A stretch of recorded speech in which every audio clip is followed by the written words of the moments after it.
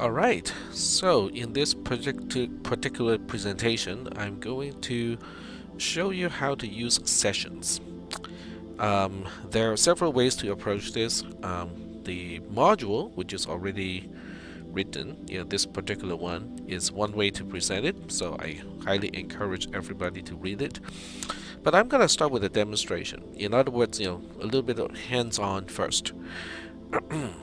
And let me look for the command line, which is here.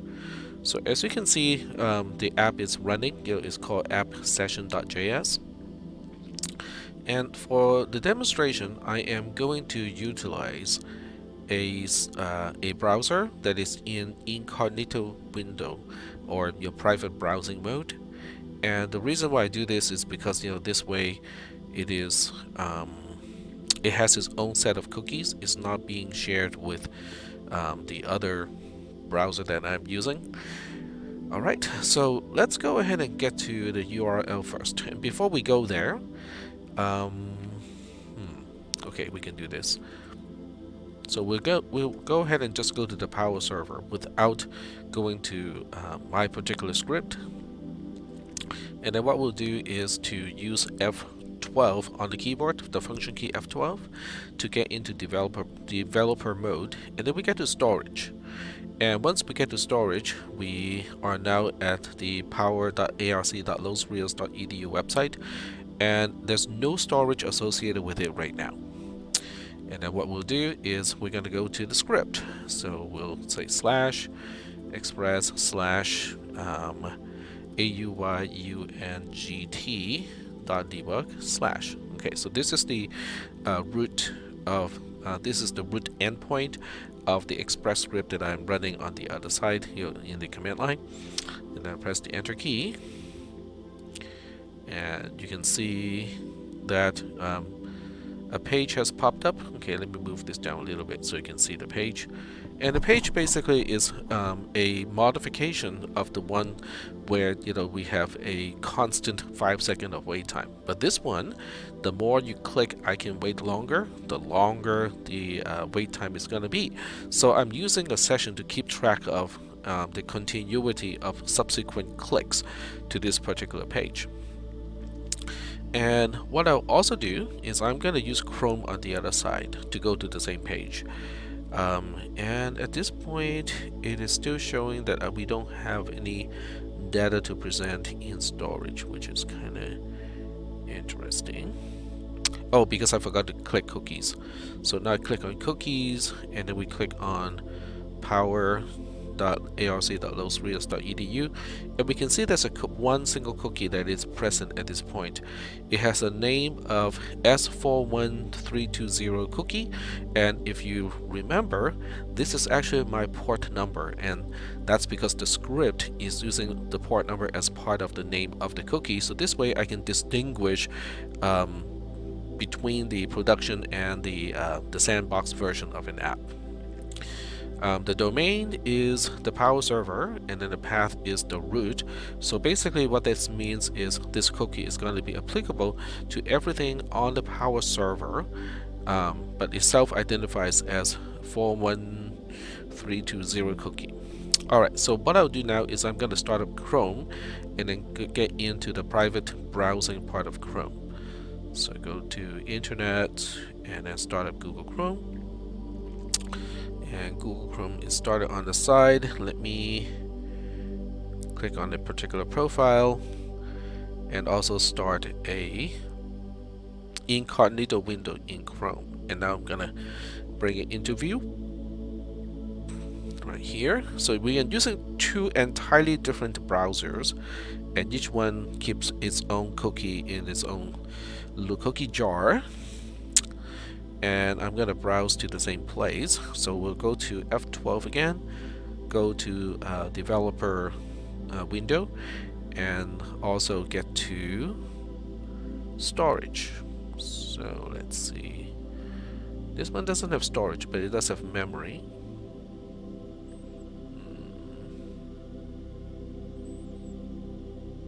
Doesn't work quite the same way as Firefox, because what I'm trying to do is to look into the cookies and the developer mode of Chrome does not work exactly. It doesn't organize things in exactly the same way. Okay, let's check out different things then.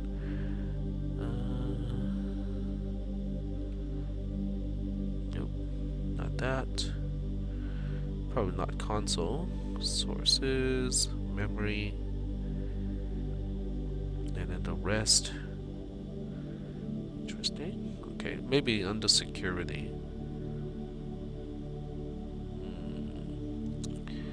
Nope, not yet. Alright, so maybe we're gonna skip Chrome in terms of inspecting the cookie, but what we can do is to go to the same URL, and then we can see how even though it is the same app running, it can keep track of different sessions even though it's coming from the same IP address. Because I'm using the same computer, obviously it's going to have the same IP address. So we can now see this one is from Firefox and this one over here is from Chrome. And I'll click this one and say I can wait longer, and now it's up to 1 second. And then with the other one, I'm gonna click I have enough, so it's basically resetting to 0. And then with the first one, I can now click I can wait longer. You can see how this is gonna count up to 2, and then if I click on I can wait longer, it's gonna count up to 3. And then with the other one, I can now say I can wait longer, and it counts up to, well, it's not gonna store the cookie. That is interesting. I have never seen this problem before. So in incognito window, it doesn't store the cookie. It just does not doesn't do it. Okay, interesting. Let's try the usual Google Chrome window and see whether it's gonna do the same thing or not. This is the usual one. It's not in an incognito window. And we're gonna go visit the same page. And then click I can wait longer. Now it goes up to 1 second, goes up to 2 seconds. So this is rather interesting because it tells me, and you should probably take note too, is in the incognito window of Chrome, it does not actually store cookies. It just refuses to store cookies, which means there's no way to establish sessions in the incognito window of Chrome. But the other interesting part is you can see how the two browsers are keeping track of different sessions, because one is counting to 4 seconds already, and then with this one, I can count up to 3. And basically, that particular number is how long it takes for the next refresh. And then for the first one, I can say I have enough, and now it's resetting back to 0. And with the other one, if I click I can wait longer, it's going to say the next time it's going to wait 4 seconds. Alright, so we are keeping track of sessions, and the way the sessions are tracked is using cookies. So if you look into cookies under the power server, in this case I have one cookie that is corresponding to the sandbox version of the app.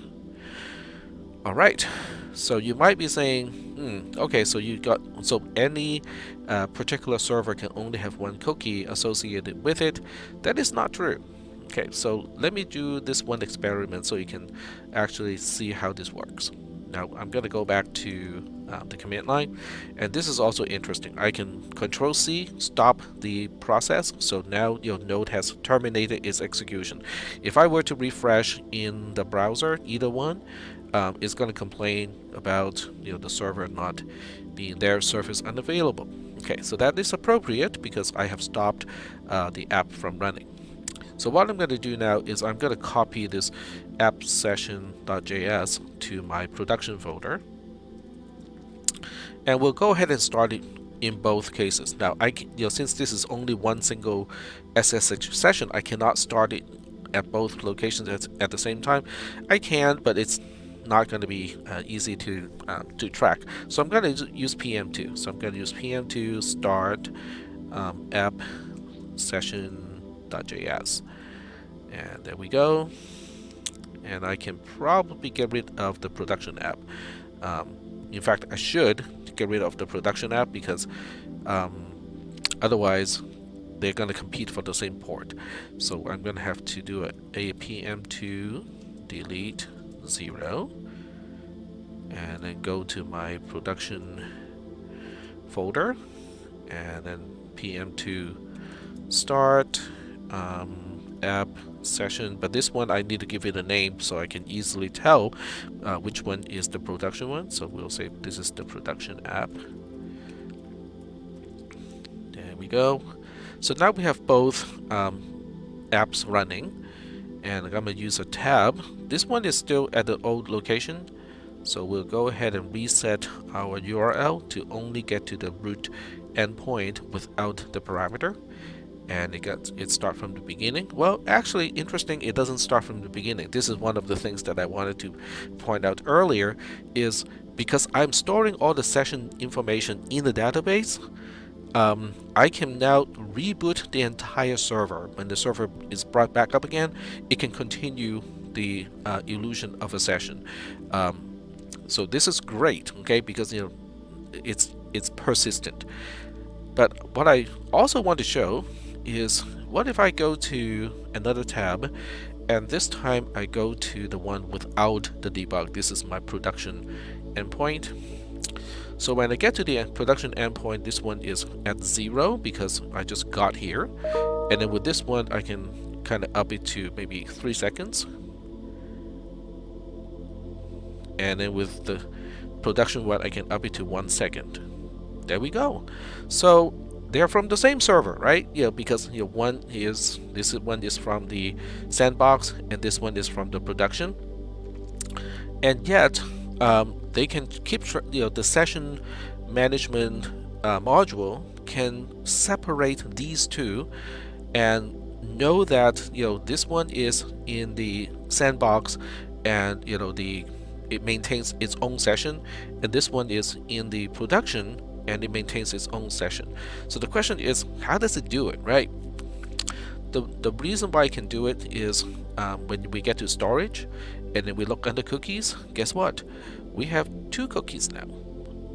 See, there are 2 cookies, and they are different. They have different names. The first one, or the one corresponding to the production, has a cookie name of S41220 cookie, and then the other one corresponding to the sandbox has S41320 cookie. And if you remember, these are the port numbers. The 200 series port numbers are for production, and then the 300 port number series is for the sandbox. This is it's not a standard in any way, in terms of HTTP or HTML. This is just our class standard. Nonetheless, I'm using that so that I can keep track of 2 different cookies depending on whether we're dealing with the sandbox or whether we're dealing with the production app. So this is a demonstration of how sessions are maintained from the perspective of the client. It is all done using the concept of a cookie. Now, if you look at the cookie, the details of a cookie over here, the name of the cookie is determined inside the code. If you read the source code, there's actually a discussion of how the name of the cookie is created. It's using the backtick construct in JavaScript, and then the content or the value of the cookie is some random string here, or seemingly random string. This is actually encrypted. This means, if somebody else wants to quote-unquote hijack my session, which basically means somebody wants to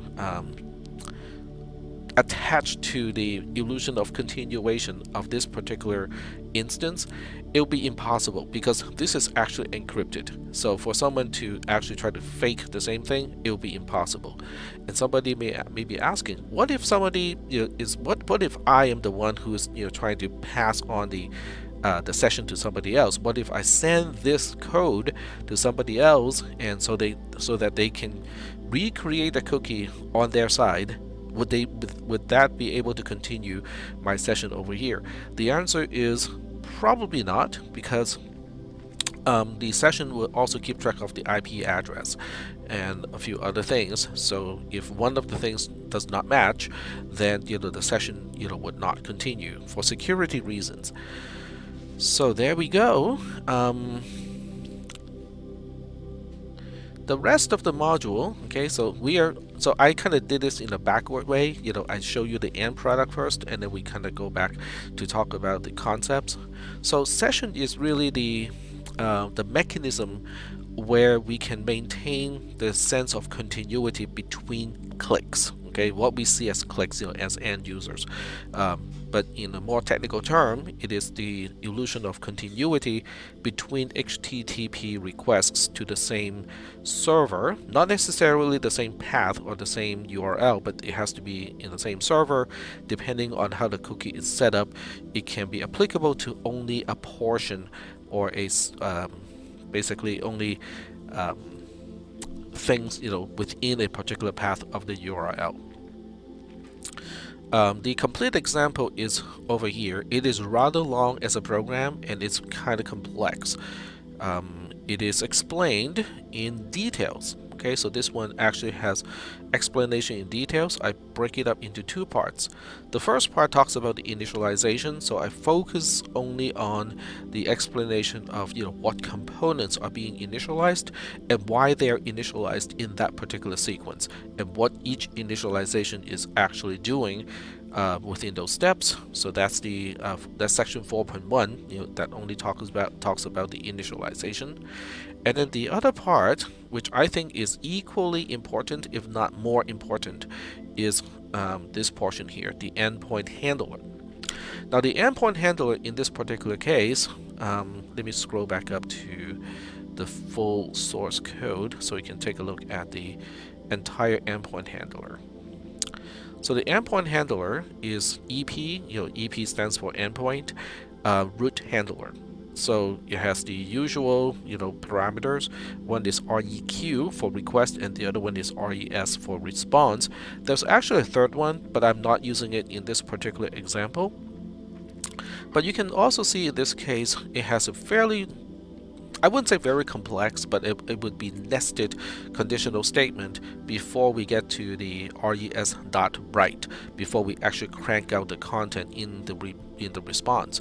So this portion, which is starting from line 29 all the way to line 64, that's the logic that is that executes before we even determine what content we want to create for this particular response. And this is what we need to do, and the complication comes from the fact that we are using session, and also we are using query parameters at the same time. The query parameter called have enough is used so that we can reset the counter, not counter, but reset the delay time back to 0. This is how the end user can say, okay, I want to reset to 0 because you're waiting for 10 seconds for the response to come back. Is not fun. That's not fun. And then we also have the wait member inside the session, and that is actually going to specify the number of seconds that we are waiting before we respond, and these two are both being used at the same time. Now the importance is to distinguish between these two. A query parameter is passed along with a get request, so it is something that people can easily fake by just clicking on the URL bar here and then specify oh, I want to specify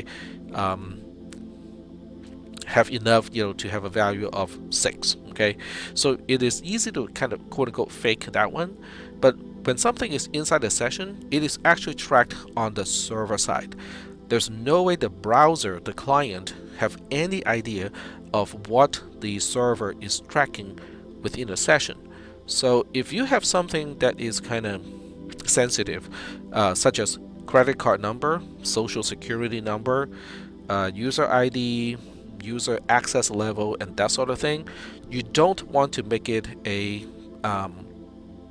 query parameter, because a query parameter can be easily changed by a browser, and then if that is what you use to identify who you're talking to, what kind of access right that person has, or the social security number, that is completely insecure. But if you track it on the server side and keep it inside the session, then if people can crack into the server, obviously, it becomes exposed. On the other hand, the end user, if the end user is a black hat and try to hack, certain things on the website, things that are stored in a session are not, I would say, not easy to hack into because it's actually stored on the server side. This particular module is really kind of long. There are a few things I want to point out.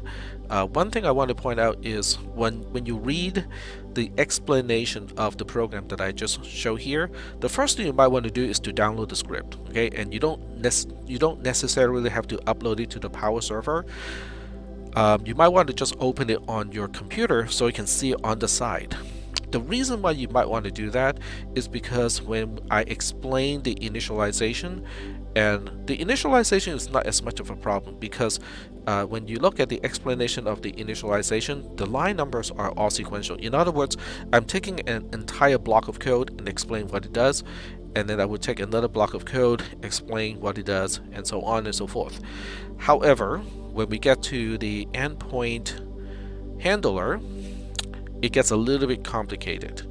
That's because with the endpoint handler, things are nested, which means one particular statement is inside another statement, and it's really hard to explain nested statements in a sequential way. It is much easier or much more appropriate to explain that in a hierarchical way.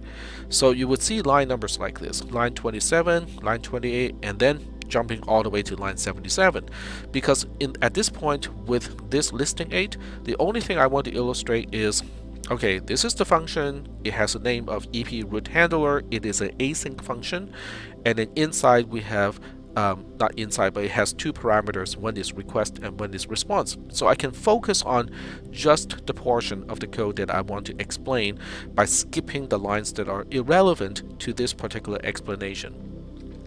When I try to explain the outermost conditional statement, you will also see that certain lines are jumping. So I skip here from line 31 all the way to 59, and then from 61 to 64. That's because I don't really want you to focus on what we are doing inside the then branch, which is here, or inside the else branch. I want you to focus on the logic. The logic is what determines which branch I'm going to is whether session is a member inside the request object or not. Because the explanation is really just saying, okay, if session is not even in the request object, we're in big trouble, and we have to kind of give up processing at that point. So that's why this particular section can be a little bit challenging to read. As we get into the more nested layer, the skipping is not going to be as much. Like from here, we're only skipping from line 35 all the way to line 42, and then from here it is from 46 to 50, and then from 54 to 58. And you can also see there's a pattern to how the lines are skipping. They're always skipping when we have an open curly brace and a closed curly brace. Whatever is inside the curly braces, they are skipped, because I only want to focus on the structure of the conditional statement, not so much what each branch is going to do. And then later on, I keep going into the nested portion. Like right here, this is the most nested portion, and you can see these line numbers are all sequential, they're all consecutive, and so is this one over here. So as you're reading this particular module, having the entire program on one side next to the explanation can be really helpful, because that way you can actually go to these line numbers, or even go to this particular control structure here, and you can kind of see how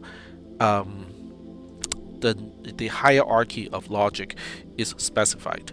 So this one may take you a little bit longer to understand, just because of the complexity of the logic. But this is actually how most web scripts work, is they take a look at the get parameters, and then they also look at the session Some people call it session variables. I'll call these, members of the session. So they would combine those two to determine what to do next.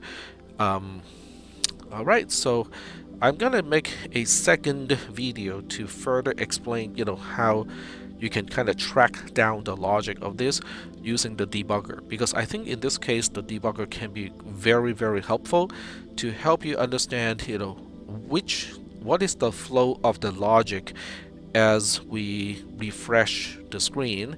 So when do we reset the wait time to 0? How does it get triggered? And under the normal refresh, why does it increment by 1? Okay, what is the flow of the logic? Where do we go, and then where do we go in order for that logic to trigger? So I will make another video using the inspector of node so that you can actually get some hands-on, experience in order to track down how the logic works in this case.